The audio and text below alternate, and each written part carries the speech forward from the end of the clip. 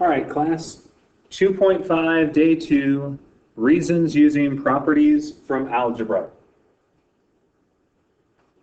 So we're going to be able to write proofs using geometric theorems, postulates, properties of equality, and congruence. So let's look at the reflexive properties of equality. We have real numbers, segment length, and angle measure, and all of those have reflexive properties. So for any real number, A, so if our number is A equals A would be a reflexive property. So knowing whatever number it is, it equals itself. 2 equals 2, 4 equals 4. For the segment length, for any segment that is AB, we have AB equals AB. Again, it's going to equal itself. That's the reflexive property. So the angle measure for any angle A, we would have the measure of angle A equals the measure of angle A. So all three of those are the reflexive property for real numbers, reflexive property for segment length, and reflexive property for angle measure. But anytime you see one of those examples, you'll just need to say the reflexive property.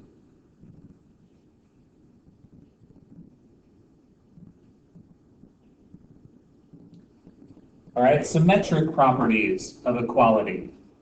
So for real numbers, for any real numbers A and B, if A equals B, then B also equals A. So this is the symmetric property. We're flipping it. If we know A equals B, then B also equals A. Just switching the places. So with segment length, for any segments, AB and CD, if AB equals CD, then CD equals AB. Again, just switching the position around the equal sign.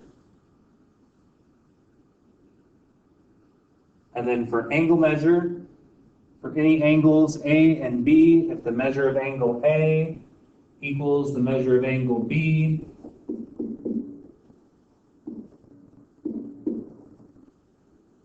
then the measure of angle B equals the measure of angle A.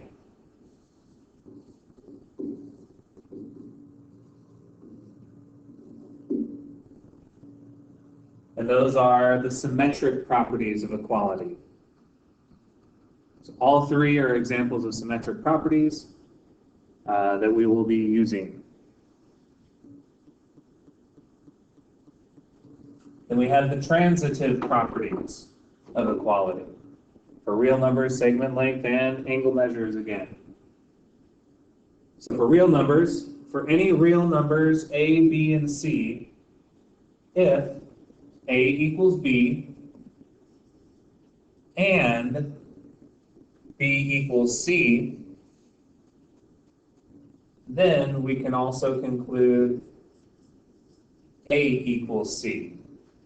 So if we know A equals B and we know B equals C, then we can conclude, we can assume that A equals C. So for segment lengths, for any segments AB, CD, and EF, if AB equals CD and CD equals EF,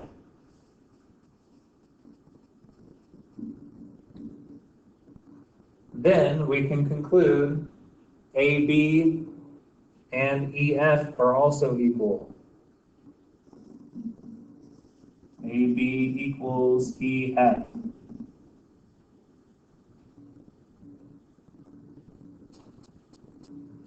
Then for the angle measures, for any angles A, B, and C. If the measure of angle A equals the measure of angle B,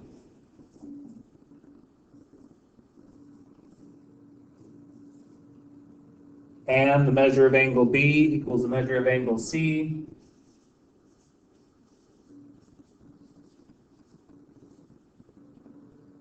then the measure of angle A will also equal the measure of angle C.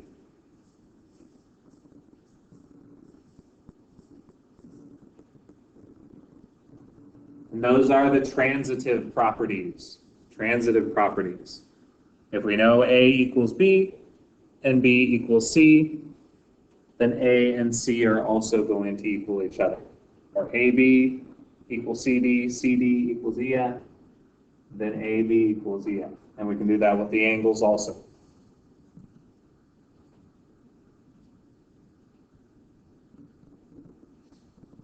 Theorem 2.1, congruence of segments. Segment congruence is reflexive, symmetric, and transitive. So the reflexive for any segment, AB, segment AB is congruent to segment AB.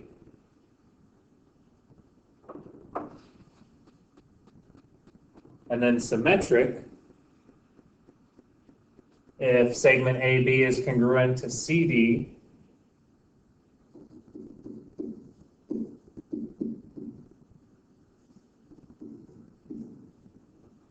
then CD is going to be congruent to AB.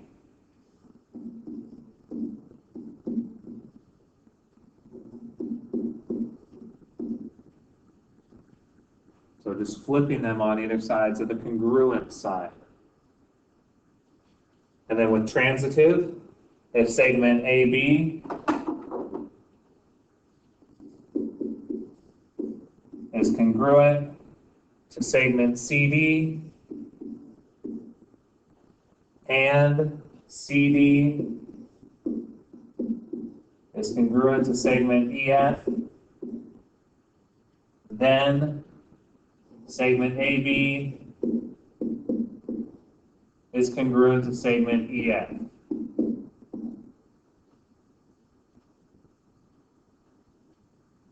And then theorem 2.2, congruence of angles, is the angle congruence is reflexive, symmetric, and transitive. So we've got all three.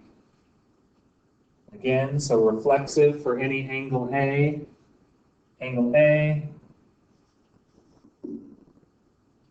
is congruent with angle A. And with symmetric, if angle A is congruent to angle B,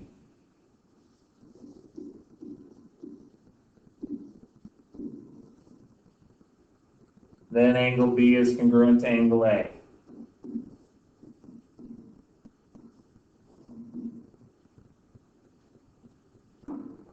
And for transitive, if angle A is congruent to angle B,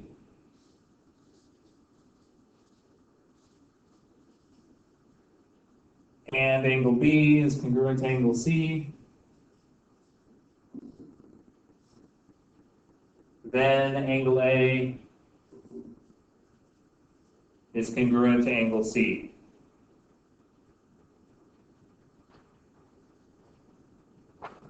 Okay, so those are the properties and the theorems. So let's put some of those into practice.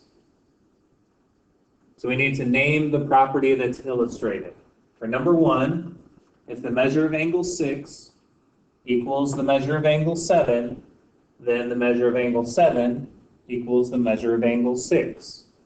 So look through your properties to see if you can guess which one it is. It is the symmetric property.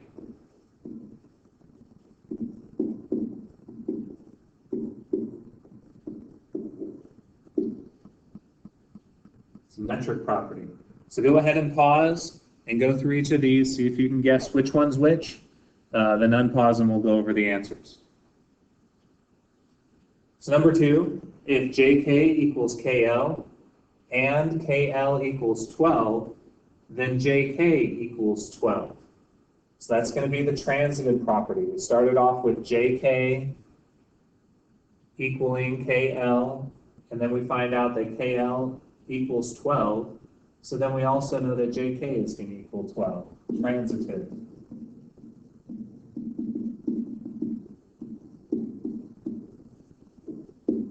Transitive property. Then number 3, the measure of angle W equals the measure of angle W. That is the reflexive property.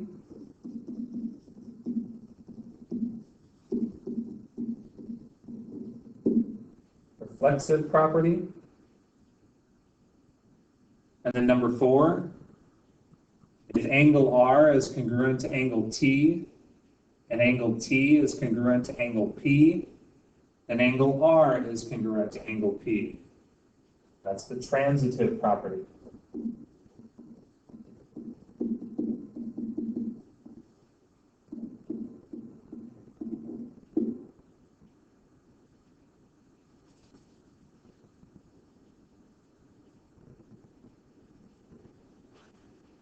Number 5, if segment NK is congruent to segment BD, then segment BD is congruent to segment NK.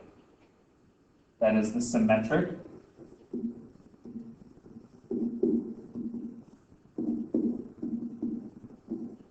Symmetric property.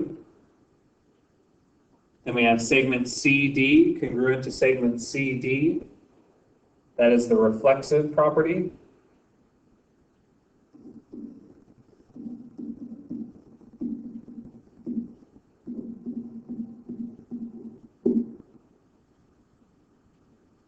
Number 7, if angle Q is congruent to angle V, then angle V is congruent to angle Q. That's the symmetric property.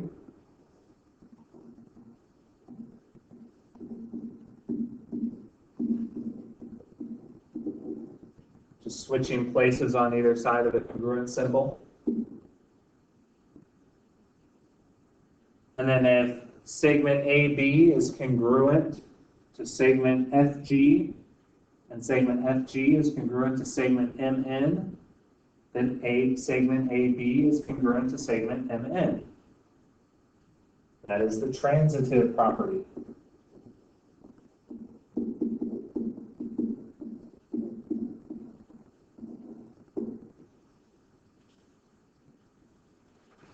So that is it on the notes today. Have a great day.